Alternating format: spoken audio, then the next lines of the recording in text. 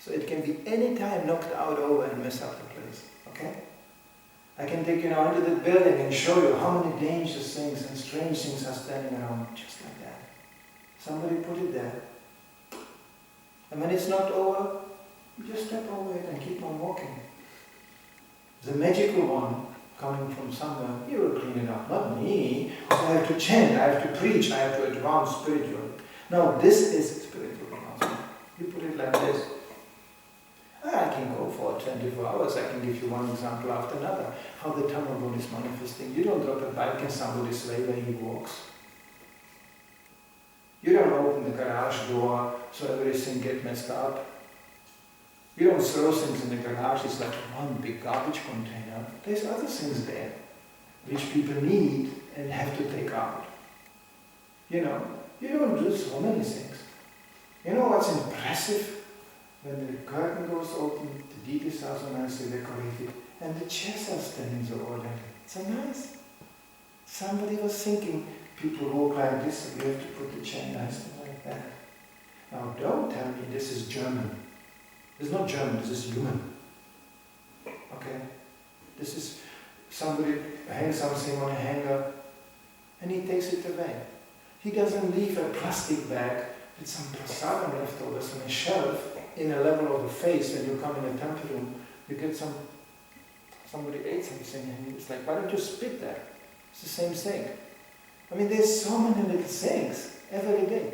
So social awareness, which will be resulting also in a dealings with social contact. As a matter of fact, it doesn't harm to sometimes go on, Prabhu, please can I help you to... You don't tell him, you filthy pig! Now, there's a nice way to do it. I cannot preach about it because when I get out of control, I'm losing the art, really. But you can say, Prabhu, can I help you to clean it? And normally the devotee will go, oh, and he will be actually embarrassed. Yeah, actually, he's trying to help me something I messed up. It's a nice way to do it. But you have to be a little bit Brahminical for that. I cannot preach about this because I'm losing it regularly. But the intention is there. The motivation is there. To help. If you have this cooperation like this all the time, you can't imagine how much mercy you invite from Krishna's side. Because that's what they do in the spiritual world. All the way up to the, they are dancing with Krishna on the Rasa Lila. Okay, can you help them? Help them. Let's help Radharani. She is the favorite one. Let's help her. No envy. No selfishness. No me and mine. And that can be actually quite easily achieved when we think in a congregational way, being engaged in a mission of the spiritual master. And like I mentioned, the mission is simple. Hey, there's a prasadam, and hey, there's a holy name, and there's some books. And everything out of the door. When we go out of the door, the more we go out, definitely people will be starting getting interested. Not all, some. Depends on times also. There's no need to analyze what times.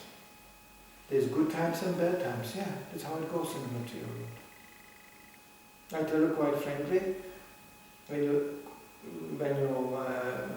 would be spreading Krishna consciousness in the 60s in Denmark, you might have a different response as in the year 2014. But 2014 will pass by. Don't worry, the 60s are coming back. There will be a situation arising where people will again, out of sometimes very mysterious reasons, get interested, wake up. They will raise questions, ask questions. But we need a little shake up, They will put solidly asleep on the demons. So something can help. But it's not under our control. We always do the same thing. Even there is no recipient, we do. Prabhupada preached and translated against a wall. My spiritual master told me to publish his books. So he was translated against the wall, there was nobody there. And then some hippie showed up, and he talked to him. And then more hippies showed up, he talked to them. And at the end it was the Hare Krishna movement. So you just do the same thing. Whether the result will be, how do we know? There are better days and there are worse days. For a devotee it's the same. So we can see in our personal conduct, in our personal behavior, especially, it's more like, as they say, devil, also demons, or God, that's more the pious one say, is in the details. So you can observe in a detail how a person is. I heard a story about one pretty famous astrologer in India, one of the few who was proven to be quite accurate. he refused the customer. Somebody came and said, I want to have a horoscope. He said, no. Because anybody entering his room had to take off the shoes. And he was judging people how they take off the shoes. If somebody was just going like here, just through the shoes, and hey, he was going, no. If somebody needed to put the shoes there, so other people don't walk over it and walk in and going, that's interesting. I'm not saying now that this is the ultimate judgment, I'm not saying that when you put the shoes like this you are purely devoted. It's not like that.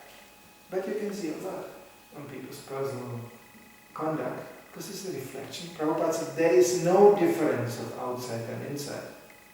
There's only one instance where there's a difference. You have to be avadhuta. Okay. But then you still must smell after roses. It's the first proof. When you are avadhuta. Okay? You can be, if it doesn't smell after roses, you are not avadhuta. And by being avadhuta, by lying in a ditch, people will automatically come and ask about spiritual life to you. You don't have to go to them. That's another proof. You will be spiritually so attractive and so vibrant. So, let's skip this department. we have lots of things to do to become human beings, actually. This is the hard challenge. But without that, there will be not much spiritual life. It will be sustained to a mental platform and canned, like canned food. You can keep canned food for hundreds of years, but you cannot eat the can. You are licking from outside on a can. It's canned in. So we want to taste. That's what we want, and that's what's powering us. Always. And to get to the taste, we have to make the connection between what we hear and us. That connection. It doesn't come overnight. So like you wake up in the morning and, oh no, now I know my varna. Now I know all this. Now I know. No, we experience and practice. And come more and more close that our preaching and our life and our words, thoughts, and above all desires are identical with Krishna consciousness. Listen, comments? Questions? There's so many things to do. There's always so many things to do. Okay? It's like, Shri Prabhupada ki jai.